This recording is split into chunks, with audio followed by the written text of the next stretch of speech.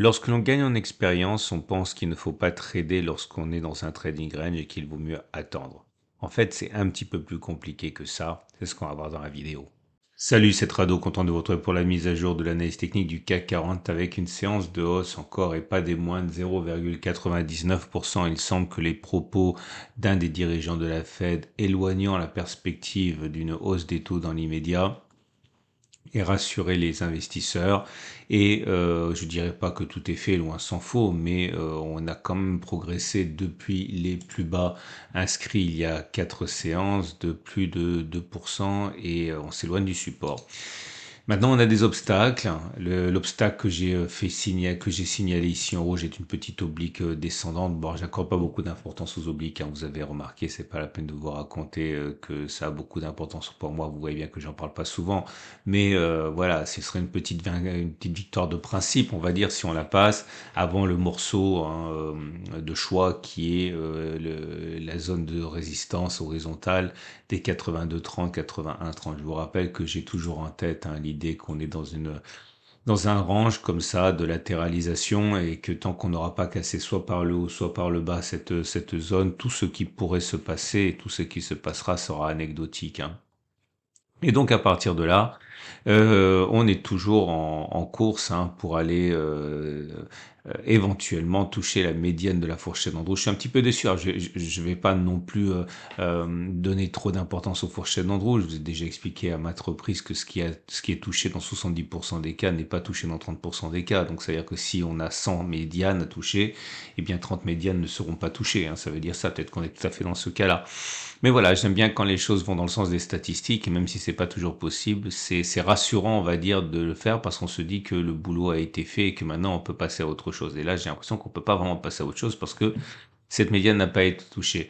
La bougie est belle, elle est verte, elle a quasiment pas de mèche haute. Autrement dit, ça a été une prise de contrôle des haussiers progressive depuis l'ouverture de la séance et tout se passe pour le mieux. D'ailleurs, les bougies Ekinashi maintenant ont un profil qui est différent. On avait déjà expliqué que on avait une première bougie verte qui était intéressante la veille, qui était pas très haussière parce qu'elle avait un petit corps mèche haute, mèche basse. Mais là, vous voyez, c'est une vraie bougie haussière avec une absence de mèche basse, donc c'est pas mal du tout. Alors très intéressant et très important également à suivre, eh bien c'est le three line break. Et le three line break indique que on n'a pas encore dessiné de bloc vert. Autrement dit, on est toujours sous le coup en fait hein, d'un bloc rouge. Je vous rappelle que statistiquement, suite à une séquence rouge vert rouge, on a testé ça la semaine dernière. Le prochain bloc, le bloc suivant est rouge. Normalement, on a rouge vert rouge rouge et pas rouge vert rouge vert. Autrement dit, tout ce qui se passe actuellement est statistiquement une occasion pour rentrer dans le sens de la baisse. Ok, bon, on verra. J'aimerais également, et il faut pas je sais que si vous débutez, vous allez dire le trado, il délire, c'est un jour haussier, un jour baissier, mais je vous rappelle encore une fois que lorsqu'on est dans un trading range, c'est justement ce qui se passe, hein. Les indicateurs techniques les plus nerveux vont délivrer des signaux contradictoires et sans savoir entre guillemets qu'on est dans un range. Autrement dit, ils réagissent simplement aux effets des cours et c'est pour ça que plus un signal est nerveux, plus il va donner des faux signaux, en particulier dans les zones de trading range. Mais ce qui m'intéresse surtout, c'est que là, on a un signal qui n'est pas du tout capricieux, qui est le cycle de Schaff qui lui vient de délivrer un signal haussier clair en passant au-dessus de la zone des 20. Ok, le cycle de Schaff, on l'a déjà testé, on va le refaire parce que c'est assez rare. La dernière fois, c'était en janvier, hein, au début d'année. Et donc, il a délivré, d'ailleurs, il a bien fonctionné celui-là, vous voyez, bon, on va voir un petit peu plus tard, mais vous voyez, le sien a été donné sur cette bougie-ci, et la hausse qui a eu lieu par la suite a été vraiment convaincante. Donc voilà l'idée. Lorsque le cycle de Schaff donne un signal haussier, c'est-à-dire qu'il passe au-dessus de 20, on va regarder si derrière ça monte un peu, modérément ou beaucoup. Je vais vous donner un exemple avec, non pas cette bougie-là, pas cette occurrence-là, parce que je n'ai que 2 pouces. On va prendre celle-là parce qu'elle est plus claire. Il y a 3 pouces verts ici. Vous voyez, le signal a été donné sur cette bougie, là. Si on met un stop de protection sous les plus bas du cycle de survente du cycle de Schaff, le cycle de vente, de survente du Schaff, il va de là jusqu'à là. Vous prenez le plus bas, il est là. Donc vous prenez la distance entre le signal et le niveau d'invalidation qui est ici à 2,29. On voit qu'on a fait, bon, on a fait beaucoup plus, on a fait 10, 12, 15, je sais plus. Mais en tout cas, on a fait au moins une clôture au-dessus de la bougie de signal. Ça a été fait dès la bougie suivante. Et on a fait également une fois la distance au stop de protection et deux fois la distance au stop de protection, puisque le stop de protection il était à moins 2 et quelques, on a fait plus 10 ou 15, ok?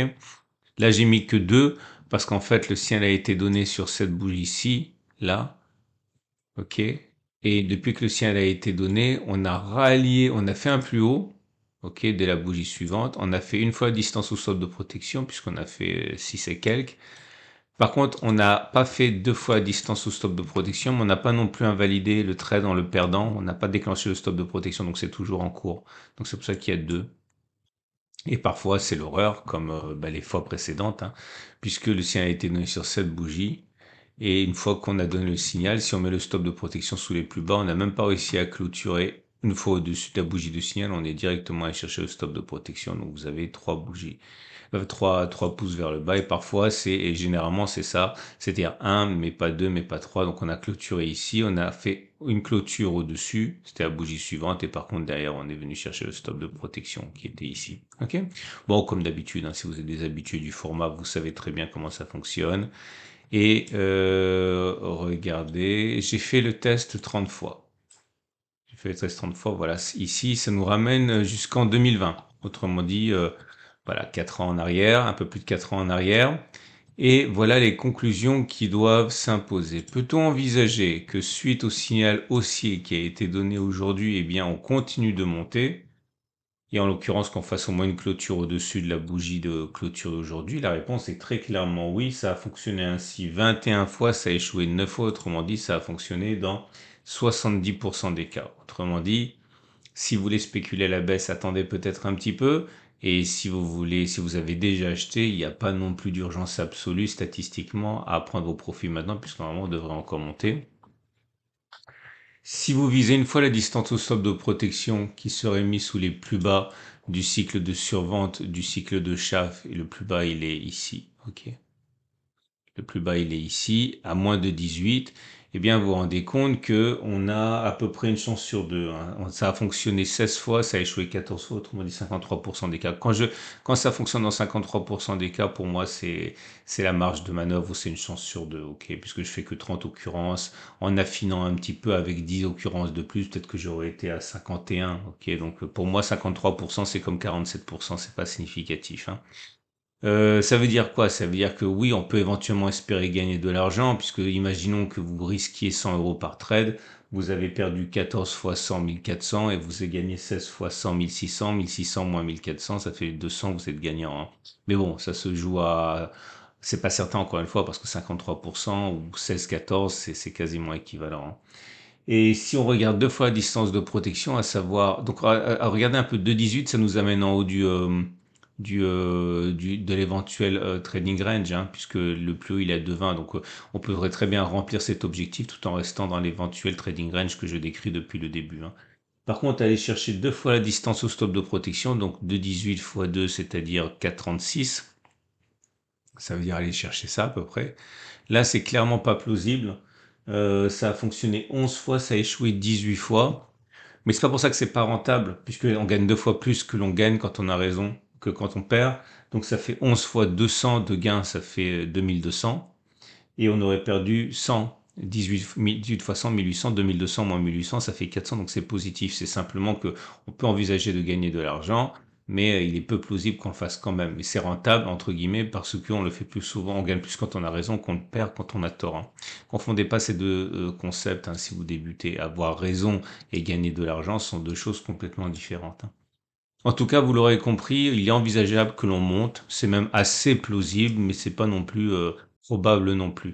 D'ailleurs, je vous rappelle, toujours pareil, si on suit cette logique, si on arrive à remplir cet objectif d'aller chercher la distance au stop de protection, on peut très bien monter, rester dans l'orange et aller chercher par la suite la médiane de la fourchette d'Andrews, hein, ce qui permettrait de cocher toutes les les cases, hein.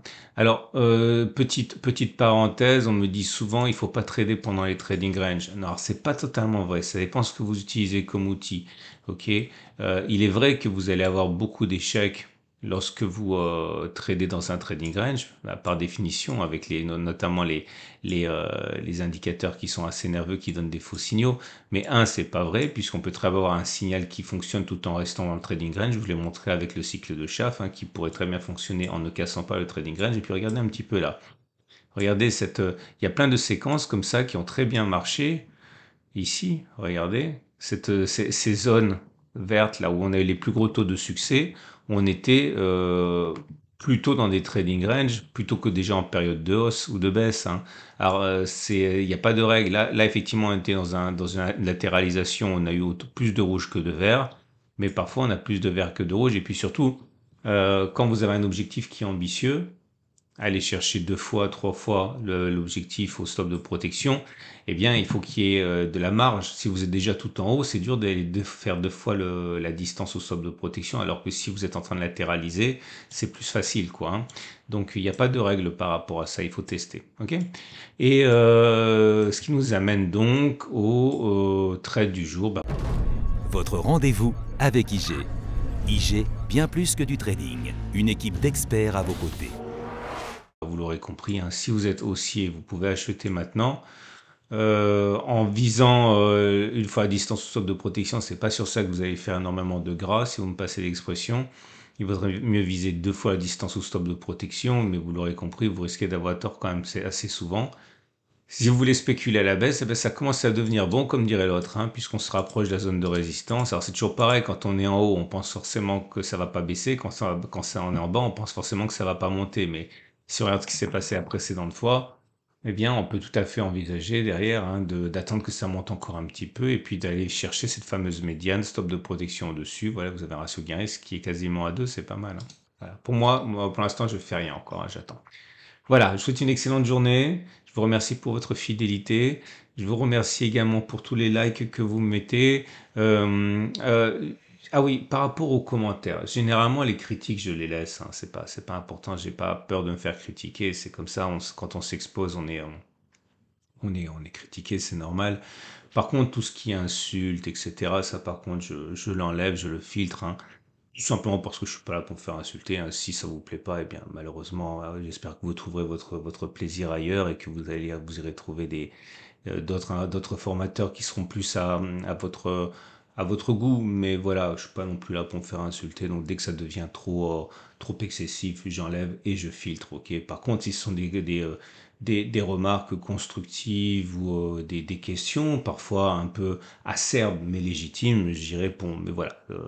Vous n'aurez pas votre moment de postérité en postant des insultes dans les commentaires YouTube, ça j'enlève, hein. Voilà, excellente journée. Merci à vous pour être aussi